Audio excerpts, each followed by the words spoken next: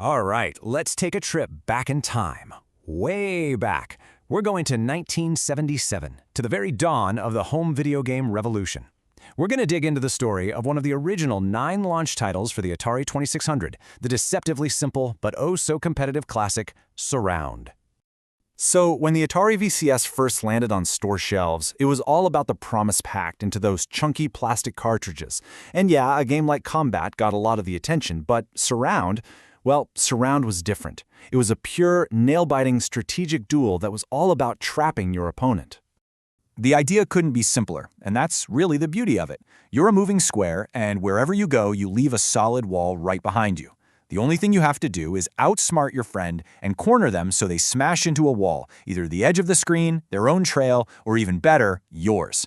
It was pure head-to-head competition, and it's probably the reason so many people ran out to buy a second joystick. So where did this game even come from? Well, it actually started in the arcades with a 1976 game called Blockade. When Atari brought on this brilliant young programmer, Alan Miller, in early '77, one of his very first assignments was to bring that addictive arcade gameplay home. And get this, in just a matter of months, he had a working version ready to show off, and by the fall, Surround was in stores, ready to help kick off a whole new era of gaming. But here's the thing, Alan Miller didn't just make a simple copy of the arcade game.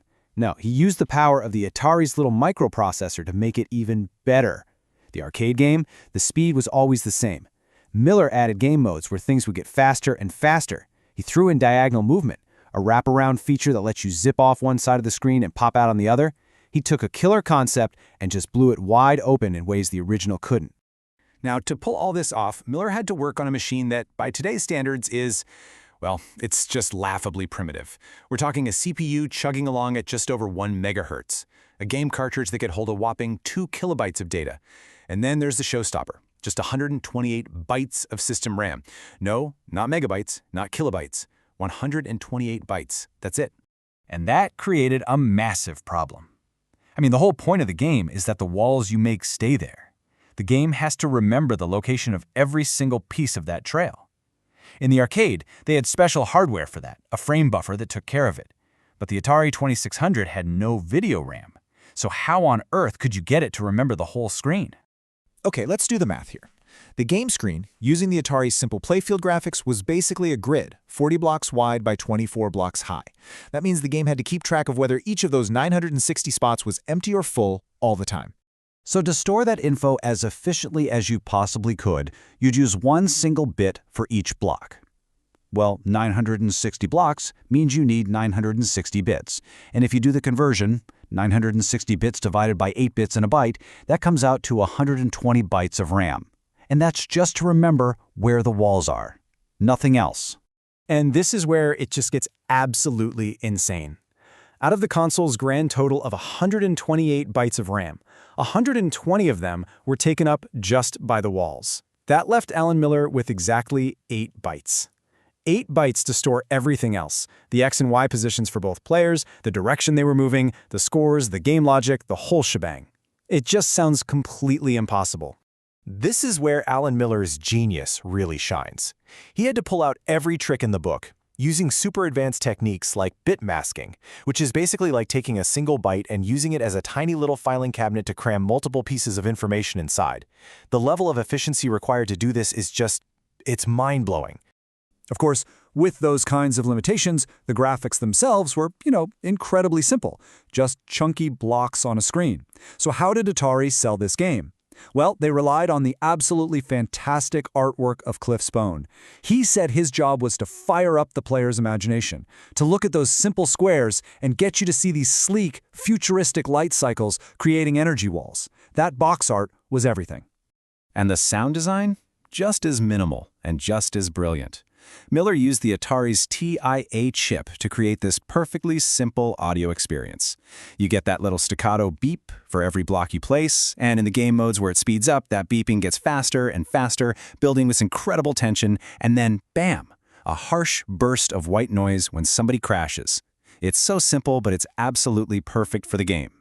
But here's the crazy part. Despite the unbelievable technical genius and creativity coming from programmers like Alan Miller, the culture inside Atari was getting pretty toxic. After Warner Communications bought the company, a new CEO named Ray Kassar came in, and he had zero respect for his engineers. He famously told someone his star programmers were no different than towel designers. And that wasn't just talk, you know.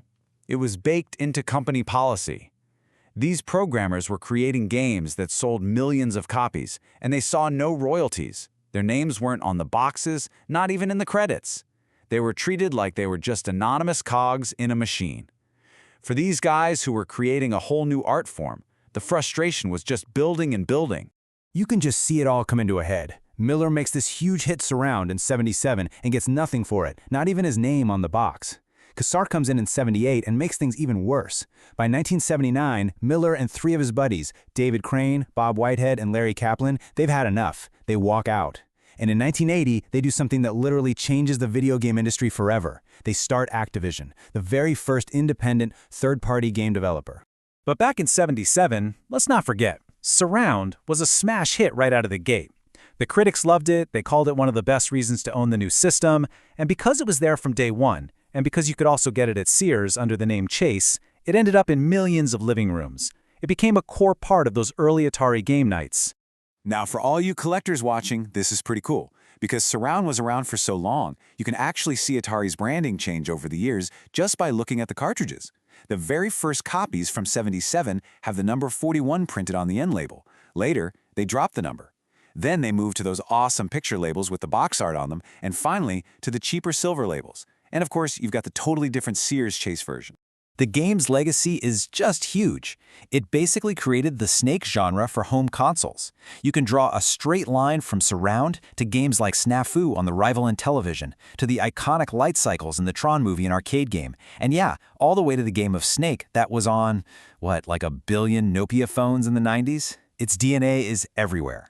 But there's a really fascinating what-if to this whole story. Apparently, Alan Miller's original plan was to include a much smarter computer opponent, one that could actually hunt you down with some advanced logic. But with only 2 kilobytes of space on the cartridge, there was just no room. He had to cut it.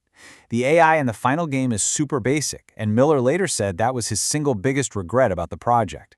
And this is where the story comes full circle in the most incredible way possible. Today, AI research labs like Google's DeepMind actually use old Atari 2600 games to train their learning algorithms. They teach an AI how to master these games, and one of those games is Surround. So the very same game that was too small to hold a smart AI in 1977 is now being used to teach some of the most advanced AI on the planet. How amazing is that? Which really makes you think, doesn't it? The story of Surround is all about how incredible creativity can explode from the tightest constraints.